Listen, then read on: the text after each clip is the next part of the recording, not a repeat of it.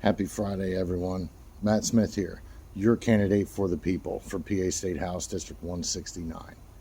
Why? Why would anybody vote for me over a four-term experienced politician?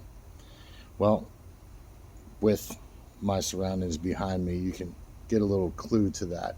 I'm a regular hardworking guy, just like all of you, which is why most of my day I was at a basement finishing job in New Oxford, and now I'm recording this in the shop while working on a truck. I'm not a politician, and I don't want to be. I have over 2 decades of real world experience in business and economics, not a college degree that tells me how to think and feel about all these things and public issues. A lot of the issues that face all of us every day are personal to me, from a grocery list of taxes to education to election integrity, holding our state Supreme Court accountable for perversion of an unconstitutional law, to child protective services, to state liquor monopoly, to our unacceptable roads, just off the top of my head. As a constitutional Christian, I will always strive to obey our Constitution and our Christian foundational principles and be held accountable by the electorate. Whether you are a Christian or not, you must observe the fact that our structure, our foundation, our morals, principles came from Christianity.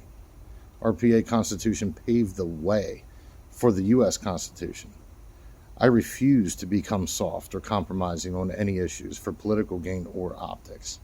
As an actual defender of all life and the unborn, I will always observe that the 14th Amendment says no one shall be deprived of life, liberty, or property without due process of law. Even serial killers have the right to due process before they're sentenced to death. I will never sponsor a bill that was compromised to medical diagnosis like Down syndrome and not proclaiming due process for everyone.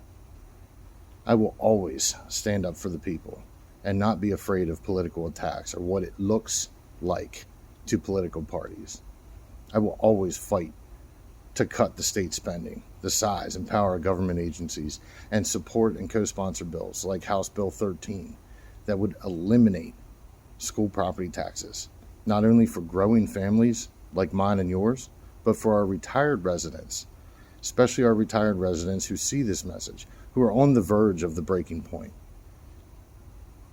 As a foster parent for over a decade, my wife and I have seen from the inside how many millions and millions of dollars in state money gets laundered to nonprofit organizations in the name of helping children, very few of which get proper help, including therapies, mental health treatments. In many ways, the state agencies and crooked judicial system, corrupt, are trafficking children using state and federal money to benefit themselves and special organizations. My morals and values are not for sale. This is why we have raised and spent less than 10% so far compared to the status quo. I will never let a political party tell me who I have to accept money from. I will never accept money from pharmaceutical companies, especially those like Merck, that use electively aborted fetal cells and kidney fetal cells for research and testing. I will never announce a grant to clean up a stream and then show up for campaign donations at the company that pollutes it. You have to ask yourself many things about the last decade. Do you have more freedom and liberty now or less? Is the government overall smaller or bigger? Is there more taxes or less? Has your quality of life decreased or improved? Has your confidence in government process and politicians decreased or improved? My campaign so far has broken all the rules, and that's the point, to show that I know how to work hard and won't give up. To further show my seriousness, I have already signed a pledge back in January and promised my refusal to participate in the state pension plan, to not add to our state's $80 billion in unfunded liabilities. Those unfunded liabilities are the state pension plan and certain teachers' pensions. That's why I try as hard as I can to talk to as many people in person as I can. I can't possibly talk to 64,000 people, even in a year's time. I'm doing as much as I can, all while working full-time, handling home and family obligations as well. I know how to plan and how to do one thing at a time with focus, as you can see. I already did a full work day, and I'm doing more here right now. Time management is important. Spreading yourself thin to a bunch of different things is not smart. But I am trying to show that this can be done and that I can stand up. I will always stand up against the establishment in both parties to restore public trust and always represent all of you. If I forgot to mention anything and you want to talk, call or text or email me, or sit down with me at my kitchen table, like many do on a weekly basis, as Pennsylvania labor advocates did last Friday and others 2 nights ago.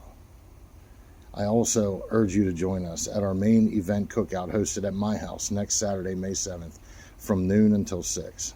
There will be people from several organizations speaking between 2 and 3. I don't need your vote on May 17th. The people of this district do.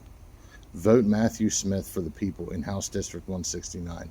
I will see you all soon. Have a wonderful Friday night. Talk to you guys soon. See ya.